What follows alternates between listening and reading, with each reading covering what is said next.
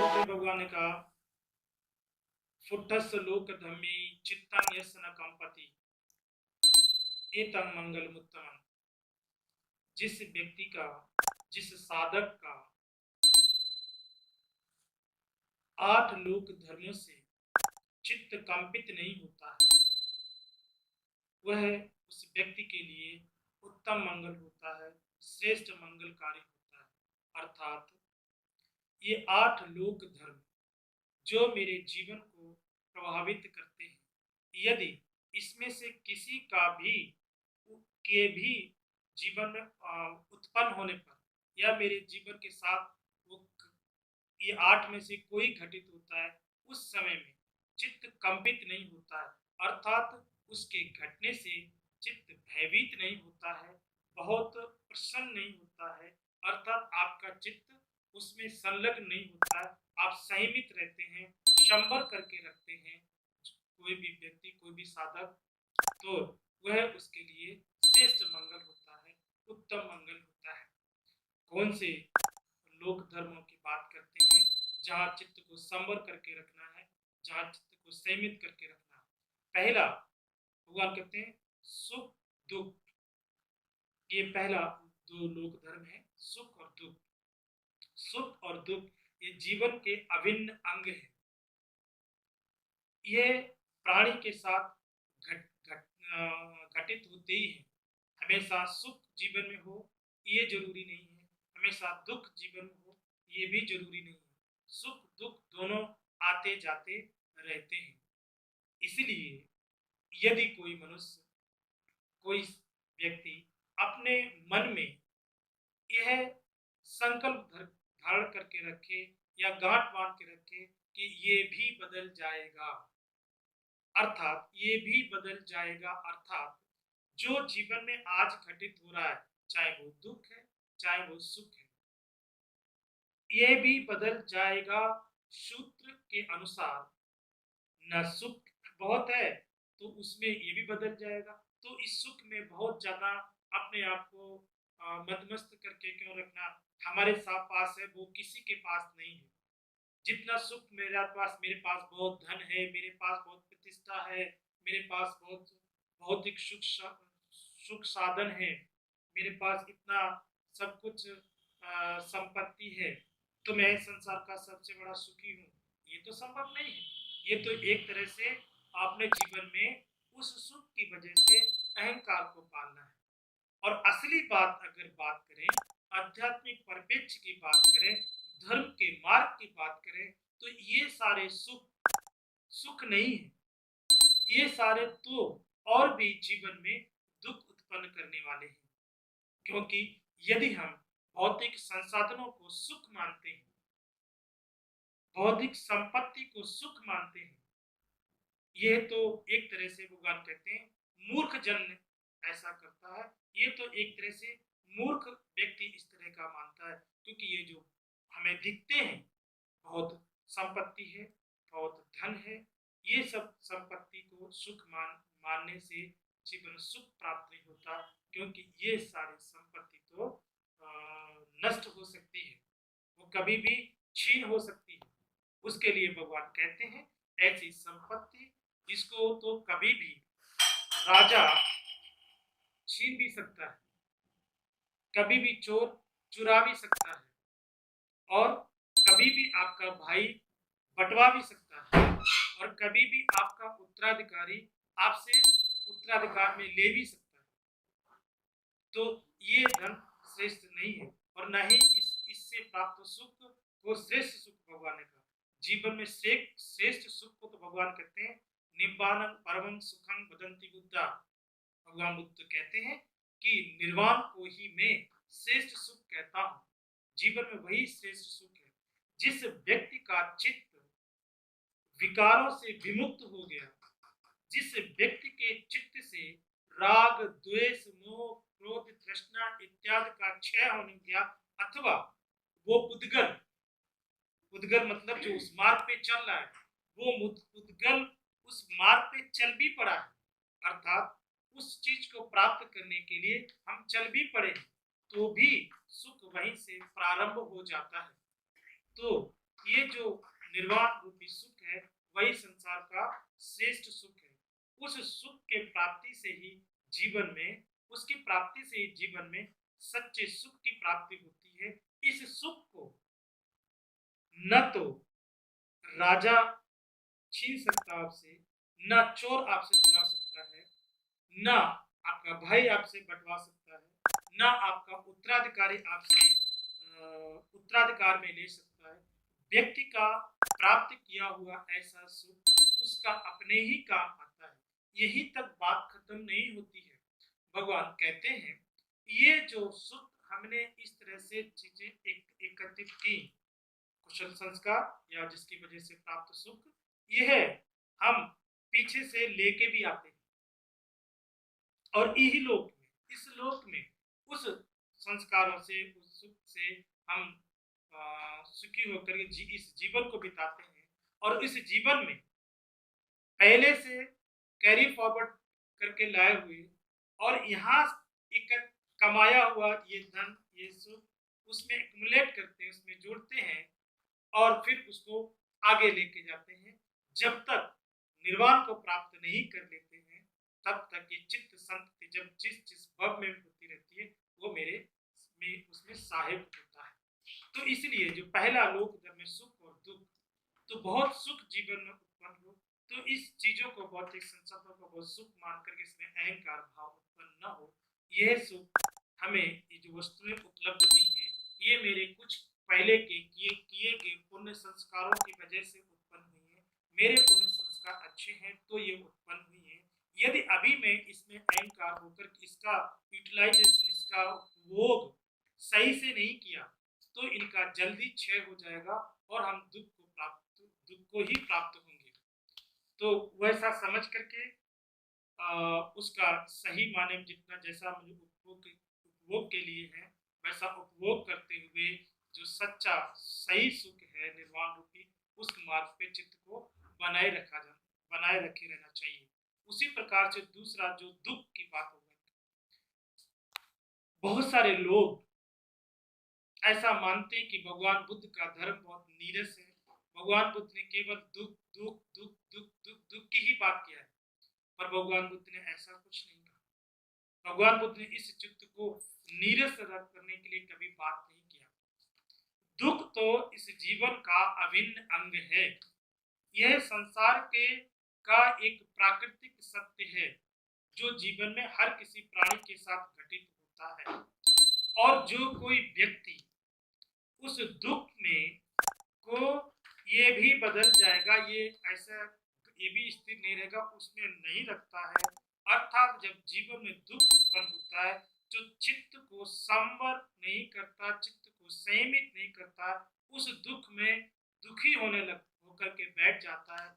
फिर उसका जो दुख है वो और बढ़ता है, वो और परेशान होता है और व्याकुल होता है, उसके चित्त में और चिंता उत्पन्न होती है। तो उसकी वजह से वह व्यक्ति एक तो उस दुख से दुखी था, दूसरे उस दुख में डूब जाने से विभिन्न प्रकार के शरीर में रोगों से ग्रसित हो जाता है। फिर उसका शरीर मात्र रोगों से ही ग्रसित नहीं होता है, वह धीरे धीरे क्रूप भी होने लगता है और मानसिक वीकनेस के साथ साथ शारीरिक कमजोरी भी उस व्यक्ति के अंदर उत्पन्न होने लगती है। इसके विपरीत भगवान कहते हैं यदि कोई व्यक्ति जीवन में जब भी दुख उत्पन्न होता है उसमें वो दुखी नहीं होता है बल्कि सोचता है ये दुख है। भगवान कहते हैं कि सूत्र दिया ये भी बदल जाएगा, तो ये संसार में सब कुछ बदल ही जाने वाला है, तो ये दुख भी तो उसी का एक अंग है, तो ये भी बदल जाएगा, तो उससे बहुत दुखी नहीं होता है। बल्कि भगवान बुद्ध के बताए 4 आर्य सत्यों का दर्शन करता है ऐसे अवसर पर उस दुख में दुखी न होकर के। भगवान ने कहा ना इसी मंगल सूत्र में चत्तार अरि सच्चान दर्शनम एतंग मंगल मुक्तम, 4 आर्य सत्यों का दर्शन करना यह हमारे लिए श्रेष्ठ मंगल है। तो ऐसे अवसर के लिए ही श्रेष्ठ मंगल है। जैसे जीवन में दुख किसी वजह से उत्पन्न हो, किसी वजह से, तो ऐसे व्यक्ति उस दुख में दुखी होकर के चिंतित होकर के नहीं बैठता है, बल्कि जो अच्छा साधक है, जो भगवान कहते हैं जो विद्वत जन है, जो पंडित जन है संसार के, वो उस समय ऐसे समय में इन 4 आर्य सत्यों का दर्शन करते हैं और भगवान बुद्ध के इस उपदेश को स्मरण करते हैं, तो उसमें क्या करते हैं फिर? जैसे दुख उत्पन्न हुआ तो दुखी ना होकर के, चिंतित ना होकर के, उसमें डूबे बिना सोचता अच्छा जीवन में दुख उत्पन्न हुआ तो भगवान ने तो कहा है जीवन में दुख है तो दुख का कोई कारण जरूर होगा, और दुख का कारण अगर कोई है तो उसका निवारण जरूर होगा। अब जब निवारण का कहीं है, कहीं कोई चीज निवारण योग्य है तो उसके लिए मार्ग जरूर होगा, और जब मार्ग है तो उसका फिर समाप्त होना तो तय है। फिर तो उस मार्ग का उपयोग करके उस दुख को दूर किया ही जा सकता है। फिर कैसी चिंता, फिर कैसा दुख, फिर कैसी परेशानी। इसीलिए आचार्य शांतिदेव कहते हैं जीवन में यदि कोई दुख जब भी उत्पन्न हो तो एक अच्छे साधक को चाहिए कि वह इन 4 आर्सत्यों का स्मरण करते हुए वो सोचे कि जीवन में ये दुख उत्पन्न हुआ तो क्या मुझे इस दुख का कोई निवारण मेरे पास है या नहीं है, कोई उपाय मेरे पास है नहीं है। ऐसा स्मरण करते हुए यदि उसे उस दुख का उपाय मिल जाए तो उस उपाय का जीवन में प्रयोग करके उस दुख को समन कर देना चाहिए। यदि चिंतनों उपरांत उसे ये ज्ञात हो जाए कि इस दुख का कोई मेरे पास उपाय नहीं है, समय के साथ ये स्वतः ही खत्म होगा, तब ऐसे समय में उस दुख में दुखी नहीं होना चाहिए, क्योंकि उसका तो कोई उपाय नहीं है। तो दुखी होना तो उस दुख में दुखी होना तो व्यर्थ है, और अगर जो उपाय है तो भी उस दुख में दुखी होना व्यर्थ है, क्योंकि उपाय है तो उसका उस साधन का हम इस्तेमाल करें, दुख को दूर करें। तो दोनों परिस्थितियों में बुद्ध की देशना कहते हैं, बुद्ध की देशना कहलाती कहती है दोनों परिस्थितियों में दुख के समय में जो विद्वत जन है वो कभी दुखी नहीं होते हैं, क्योंकि कोई कारण नहीं बनता है उसमें दुखी होने का। तो इस तरह से जो पहला लोक धर्म में सुख दुख जो विद्वत जन है, वैसे पहले लोक धर्म में सुख दुख में इस तरह से चित्त को संयमित रखते हुए, चित्त को संवर रखते हुए उसको अभ्यास करना चाहिए। दूसरा बात कहते निंदा प्रशंसा।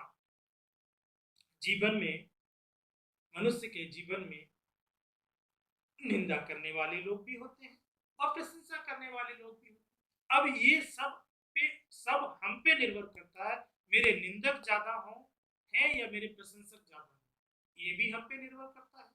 इसके लिए भी कोई भगवान, कोई इष्ट, कोई आशीर्वाद नहीं कर सकते, वो तो वैसे भी बौद्ध परंपरा में नहीं होता, वो भी हम पे निर्भर करता है। यदि हम भगवान बुद्ध के बताए मार्ग का अनुसरण करने वाले हैं, यदि भगवान बुद्ध के बताए सील समाधि प्रज्ञा के मार्ग पर हम चलने वाले हैं या सील समाधि प्रज्ञा का अभ्यास करने वाले हैं, तो मेरा आचरण परिशुद्ध होगा, मेरी वाणी भी परिशुद्ध होनी चाहिए और मेरी सोच भी परिशुद्ध होनी चाहिए। यदि हम बुद्ध के बताए सील समाधि प्रज्ञा के मार्ग पर नहीं चलने वाले, केवल और केवल बुद्ध का नाम स्मरण करने वाले हैं या बुद्धं शरणं गच्छामि, धम्मं शरणं गच्छामि, संघं शरणं गच्छामि का पाठ ही मात्र करने वाले हैं, हम अपने जीवन सील समाधि प्रज्ञा के मार्ग को पे नहीं चलते हैं, तो न तो मेरा चित्त परिशुद्ध होगा, न तो हम अच्छी सोच वाले हो सकते हैं, न ही मेरी वाणी पर संयम होगा, न ही मेरे काया पर संयम होगा।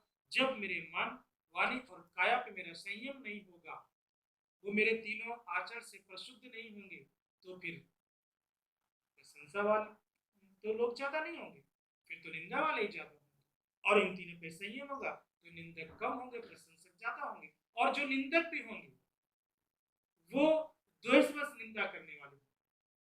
इसमें निंदक कभी कभी लोग द्वेषवश निंदा करते हैं, मतलब लोगों को लगता है कि ये तो मेहनत करके उस स्तर तक पहुंच गया, अच्छा बन गया, तो उसमें हमने कुछ अक्षर नहीं किया, फिर भी दूसरा मैं नहीं कर पाया, मैं ऐसा नहीं बन पाया, तो भी लोग द्वेष रखते हुए निंदा करें, वो तो ऐसे हो ही गया, ऐसा ऐसा कर लिया और कुछ कुछ कर लिया, कोई ना कोई ऐसा अवगुण ढूंढने लगते हैं और उसमें करते हैं।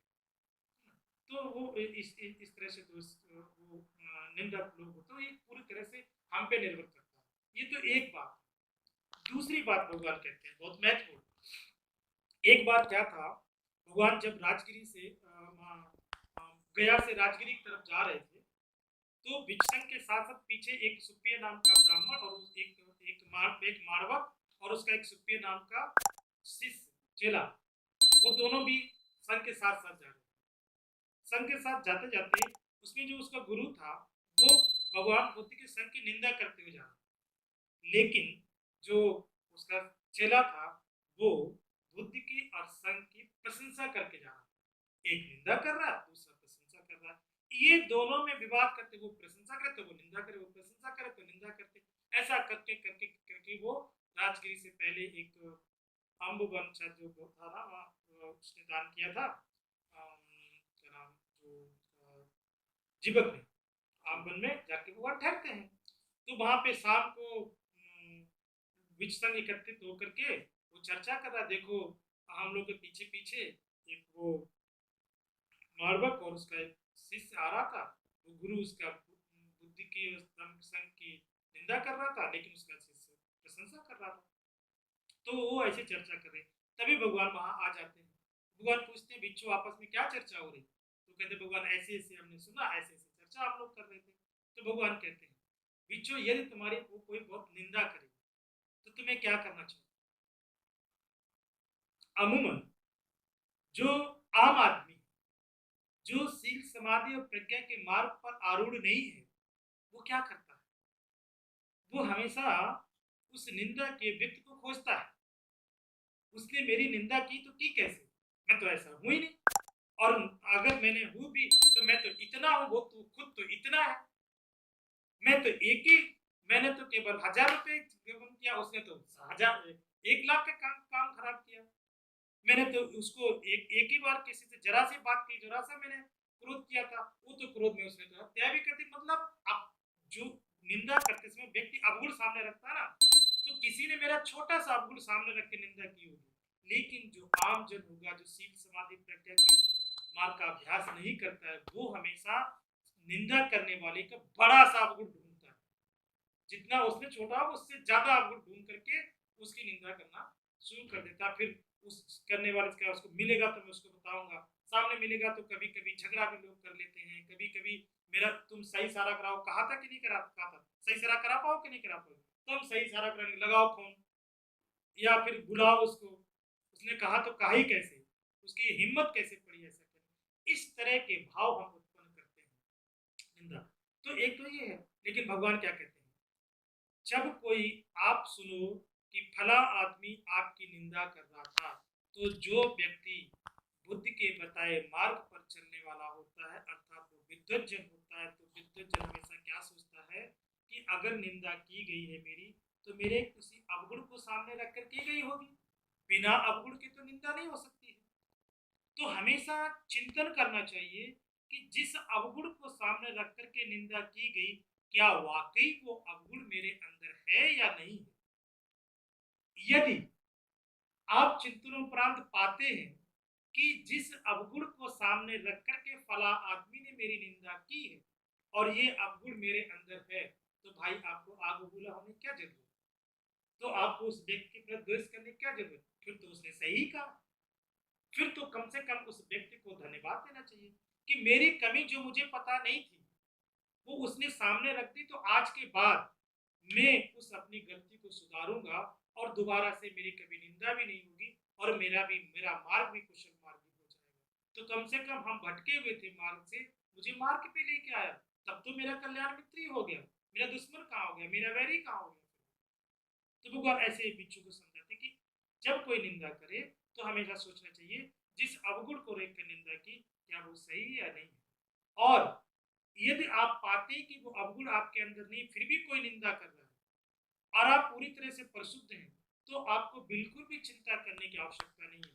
यदि कभी भी किसी भी परिशुद्ध शीलवान समाधि व्यक्ति, प्रज्ञा युक्त व्यक्ति की कोई निंदा करता है, तो भगवान कहते हैं वो की गई निंदा समाज में 1 सप्ताह से ज्यादा टिकी नहीं रहती है, उसका भेद खुली स्वतः ही खुल जाता है। भगवान बुद्ध के जीवन में कितने उदाहरण, चिंचक उदाहरण, फलाने उदाहरण, बहुत सारे उदाहरण सूत्र में देखने हैं, बहुत उदाहरण है ना।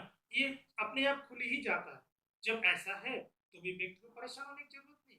मेरे अंदर अवगुण नहीं है, कोई निंदा कर रहा है करने दो, कोई फर्क नहीं पड़ेगा, कोई असर नहीं आएगा। ऐसे समय में तो भगवान कहते हैं, ऐसे समय में जो व्यक्ति निंदा करता है, मेरे अंदर वो अवगुण नहीं है फिर भी निंदा कर रहा है, तो उसको तो भगवान कहते हैं वो व्यक्ति तो जैसे धूल लेकर के आसमान की तरफ उड़ेल रहा हो। आपके ऊपर नहीं उड़ेला उसने धूल, वो धूल उसने आसमान की तरफ उड़ेल दी, तो वो आपके ऊपर नहीं गिरेगी, वो उसी को आके गंदा करेगी, उसी के सिर पे गिरेगी।